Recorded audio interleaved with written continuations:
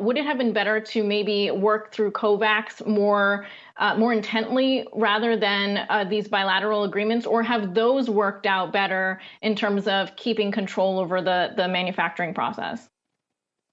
No, we did work with COVAX. And again, with COVAX, it was the same situation. COVAX, they placed more of their bets in AstraZeneca. And they placed very few orders in the beginning with our vaccine for many different reasons. And then eventually things didn't work, and they came back to us asking us for way more quantities. What we did was even something better. We had a tier price in our vaccine, which means that high-income countries were getting the vaccine at the cost of a takeaway meal. You all know it's 20, 25 bucks. This is the price for a vaccine. But for middle-income countries, we are charging half of this cost to the government because they give it free to the citizens. And for the low-income countries, we are charging at cost, non-for-profit. What we did, we signed with the US government an agreement that we are providing them 1 billion doses. I repeat, 1 billion doses at cost. Ourselves, we are not making profit.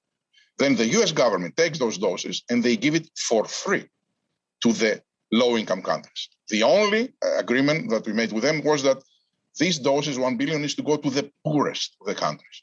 The way that we administer through COVAX, the US government. And of course, we are working on the logistics. So eventually COVAX is getting a lot of doses from us. Right. And that's what's happening now, of course. Through other countries, though, is that possible? I know I've seen some reports where other countries might want to do the same, but they claim that their contract restricts them from doing that. Can you clarify what's going on there? No. It's we have all countries that they ask us to donate doses somewhere else. We collaborated with them, and within 2-3 days, we gave them the approval to do it. There is no way that we will leave doses in a country that they are not utilized when they could go to a country that can be utilized. Definitely. And what about the South Africa hub? I was really intrigued by the partnership you've created with Biovac Institute down in South Africa. I know that it was supposed to be operational by early next year. Can you give us an update on the timeline on when we might actually see doses manufactured there? I think the timeline that we announced is the timeline that we will stick to. The company that we are partnering with in South Africa is a company that we know very well. We are already producing over there other vaccines. That is what enabled us to have, let's say, the confidence that they can do the manufacturing with high levels of quality, because we are working with them for a long time. So we will stick to the schedule, and they will start manufacturing. And also the agreement is that all doses that will be manufactured in Africa will stay in Africa. Of course, Africa will receive way more doses from doses that are manufactured in other places, namely Europe and the US.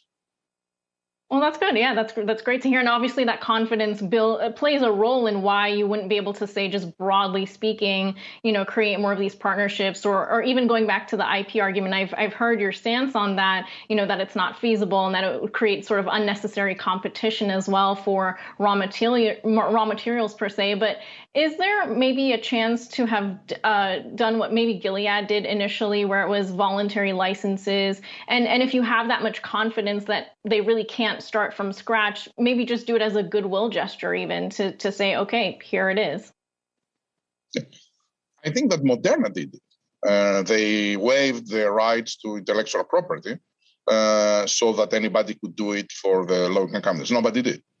That demonstrates that what we were saying is true, that they won't be able to do it just by out licensing. These are technologies, unlike the ones that, for example, Gilead or antibodies, where they have been produced massively in the world before. The mRNA was never produced anywhere in the world. It was the first time that we produced. The machinery that we used to produce the mRNA was designed by us.